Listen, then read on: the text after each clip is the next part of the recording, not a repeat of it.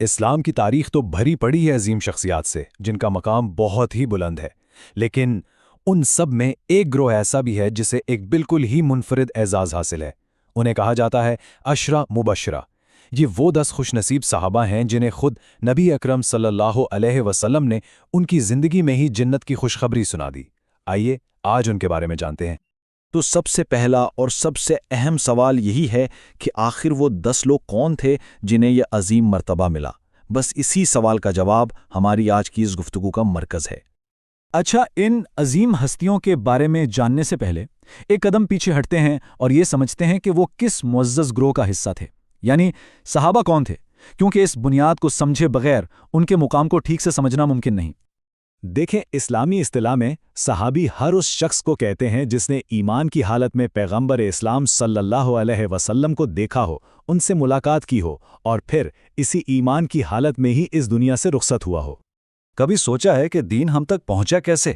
اس کی سب سے پہلی اور سب سے اہم کڑی یہی صحابہ اکرام ہیں۔ انہوں نے براہ راست ڈائریکٹلی نبی اکرم صلی اللہ علیہ وسلم سے دین سیکھا، اسے اپنے دل و دماغ میں بٹھایا اور پھر پوری ایمانداری کے ساتھ اگلی نسلوں تک پہنچا دیا۔ وہ دین کی تعلیمات کے آپ کہہ لیں پہلے محافظ تھے۔ صحابہ کا مقام کیا ہے، اس کا اندازہ آپ امام طحاوی کے اس قول سے لگا سکتے ہیں جو کہتے ہیں کہ صحابہ سے محبت رکھنا دین، ایمان اور احسان ہے، اور ان سے بغض رکھنا کفر، نفاق اور سرکشی ہے۔ اس سے ان کی اہمیت واضح ہو جاتی ہے۔ تو صحابہ کے اس عظیم مقام کو سمجھنے کے بعد اب ہم واپس اپنے اصل موضوع پر آتے ہیں۔ اسی جماعت میں ایک ایسا خاص گروہ بھی تھا جنہیں ایک ایسی بشارت ملی جو کسی اور کو نہ مل سکی۔ جی ہاں، یہ 10 صحابہ تھے جن کا نام لے کر نبی اکرم صلی اللہ علیہ وسلم نے ایک ہی مجلس میں ایک ہی موقع پر جنت کی خوشخبری سنائی تھی، اور اسی وجہ سے انہیں عشرہ مبشرہ کہا جاتا ہے۔ اس کا مطلب ہی ہے وہ 10 جنہیں خوشخبری دی گئی۔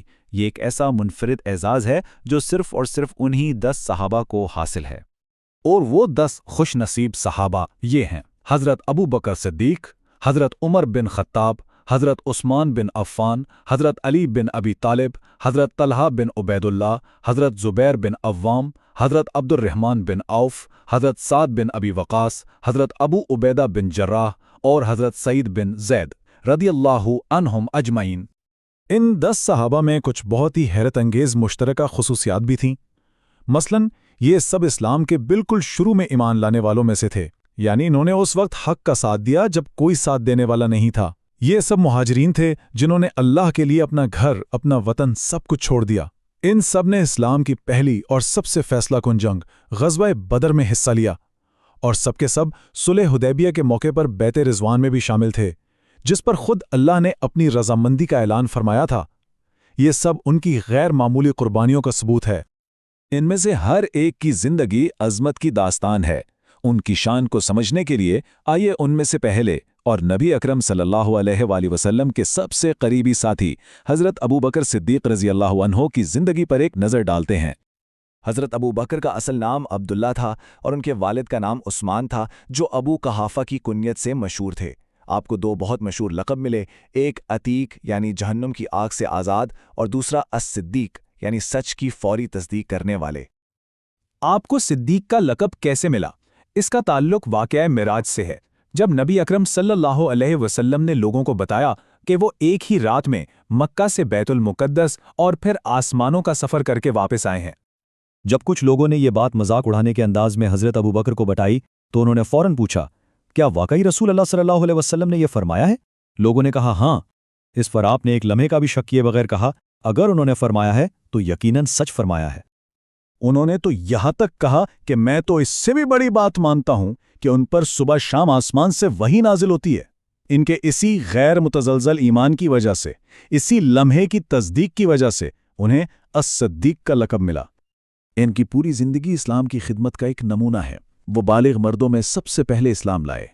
انہی کی دعوت پر عشرہ مبشرہ میں شامل حضرت عثمان بن عفان اور حضرت زبیر بن عوام جیسے عظیم صحابہ نے اسلام قبول کیا۔ انہوں نے اپنی دولت خرچ کر کے حضرت بلال جیسے مظلوم غلاموں کو آزاد کرایا اور کئی موقعوں پر اپنی جان کی پرواہ کیے بغیر نبی صلی اللہ علیہ وسلم کا دفاع کیا۔ یہی وہ اعمال تھے جنہوں نے انہیں جنت کی بشارت کا مستحق بنایا۔ نبی اکرم صلی اللہ علیہ وآلہ وسلم کے دل میں ان کا مقام اتنا بلند تھا کہ ایک بار جب حضرت عمر رضی اللہ عنہ سے ان کا کچھ اختلاف ہوا تو نبی صلی اللہ علیہ وسلم نے فرمایا، جب سب لوگوں نے مجھے جھٹلایا تو ابو بکر نے کہا، آپ سچ کہہ رہے ہیں، تو کیا تم میرے ساتھی کو میرے لیے نہیں چھوڑو گے؟ اس کے بعد کسی نے کبھی حضرت ابو بکر کو تکلیف نہیں پہنچائی۔ نبی صلی اللہ علیہ وسلم کا ان پر اعتماد اس قدر تھا کہ اپنی زندگی کے آخری ایام میں جب وہ بیمار تھے تو انہوں نے اپنی جگہ نماز کی امامت کے لیے حضرت ابو بکر کو ہی مقرر کیا اور انہیں ہی امیر حج بنا کر بھیجا تھا۔ حضرت ابو بکر کی زندگی کی یہ چند جھلکیاں ہمیں اس معیار کو سمجھنے میں مدد دیتی ہیں جو ان 10 عظیم صحابہ نے قائم کیا۔ ان میں سے ہر ایک کی زندگی ایسی ہی قربانیوں اور غیر متزلزل ایمان کی داستان ہے۔ ان سب کی جو مشترکہ وراثت ہے وہ واقعی بے مثال ہے۔ ان کے اعمال کی قدر و قیمت کا تو ہم تصور بھی نہیں کر سکتے۔ اس کا اندازہ لگانے کے لیے ذرا اس موازنے کو دیکھیے۔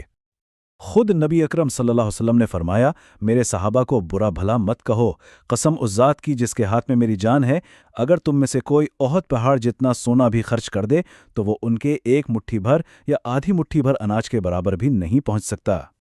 اس سے یہ بات بالکل واضح ہو جاتی ہے کہ صحابہ ہمارے لیے نیکی اور کامیابی کا معیار ہیں۔ اللہ نے خود قرآن میں فرمایا ہے کہ کامیابی انہی لوگوں کے لیے ہے جو مہاجرین اور انصار کی اچھے طریقے سے پیروی کرتے ہیں۔